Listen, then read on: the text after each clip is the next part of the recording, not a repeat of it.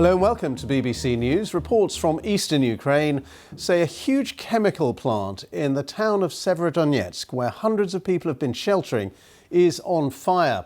The governor of the region says the Azot plant had come under intense bombardment, but is still under Ukrainian control. Well, the fierce fighting comes as Ukraine's President Volodymyr Zelensky says his troops are now running low on ammunition and shells in particular as they try to repel Russian invaders in the east. And he's appealed for more help from Western powers. Helena Wilkinson has the latest. This is the east of Ukraine in the Donbass region. It's one of the areas Russian forces have focused their firepower. Ukrainian soldiers are still holding out here, but the intense fighting goes on. Ukraine's army says it's running low on artillery shells. The Ukrainian governor of the Luhansk province claimed they could hold on to the besieged city of Severodonetsk if Western allies sent them enough long-range artillery. In Ukraine's capital, Kyiv, the European Commission president met with Ukraine's president, there to discuss Ukraine's request for EU membership. President Zelensky argued that the EU's future depended on letting his country in. All of Europe is a target for Russia, we are sure of it, and Ukraine is just the first stage in this aggression. This is why a positive EU response to the Ukrainian application for membership can be a positive answer to the question of whether the European project has a future at all. The EU will decide next week whether Ukraine should be given candidate status. You have done a lot in strengthening the rule of law, but there still needs to be reforms implemented to fight corruption, for example. Very fruitful talks with the President of the European Commission, Ursula von der Leyen, were held in Kyiv today. I am glad to note her sincerity. It is the European Commission that will prepare a conclusion about our application. Ukraine has provided all the necessary answers in a very short time, and it was done in a proper way.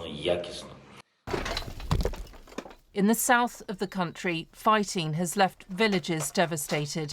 Homes and churches have been destroyed. Ukraine now waits to find out if the EU will allow it to become a member. In the short term, though, the country says it needs more weapons and quickly from the West to be able to defend itself. Helena Wilkinson, BBC News.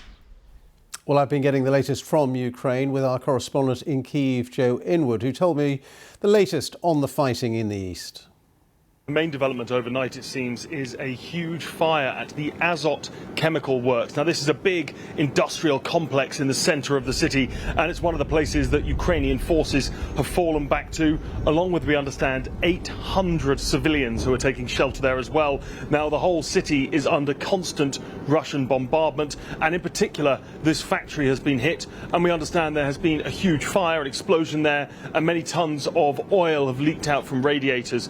We don't know the exact status of the chemical plant, exactly what the wider consequences could be, but of course this is raising many fears for the safety of the soldiers inside, but particularly of the civilians as well. And Joe, we've heard so many pleas from Ukraine for more weapon supplies from the West, but now they're saying, in particular, they're running out of ammunition, of shells.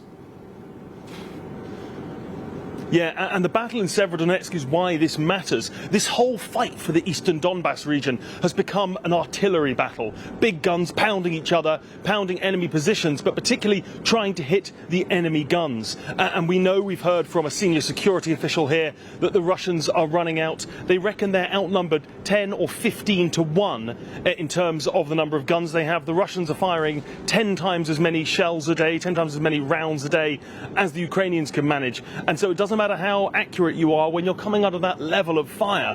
You just need to have more. And the problem they're having is that we've got a lot of promises from the Western powers that they'll send more long-range artillery, particularly precision missile rocket artillery, but much of it isn't getting to the front lines. Now, of course, That is partly because it needs training. This is different equipment to that which the Ukrainians currently have and have used in the past. It's NATO standard, not old Soviet equipment. But that training, those delays, are costing the Ukrainians lives when it comes to the fight for places like Severodonetsk. Yeah, and I was talking to the Ukrainian ambassador to London this week, and he was talking about, they're grateful particularly to Britain and to the United States for arms supplies, but less grateful really to countries like France and Germany, which they feel are sort of dragging their feet really and making promises, as you say, but not necessarily delivering. Yeah, there is quite a lot of controversy around this. The suggestion, and we should say these are always suggestions, they're always accusations, but the suggestions that the Germans in particular are making promises, but they're not really following up on them, and therefore giving hope to the Ukrainians, giving the impression that they're getting the support they need, but then it's not actually being followed through on. And we're seeing this diplomatically as well. There have been the suggestions of splits start to emerge. A few days ago, maybe a week ago or so, we saw Olaf Scholz, Chancellor of Germany, and President Macron of France having a call with President Putin.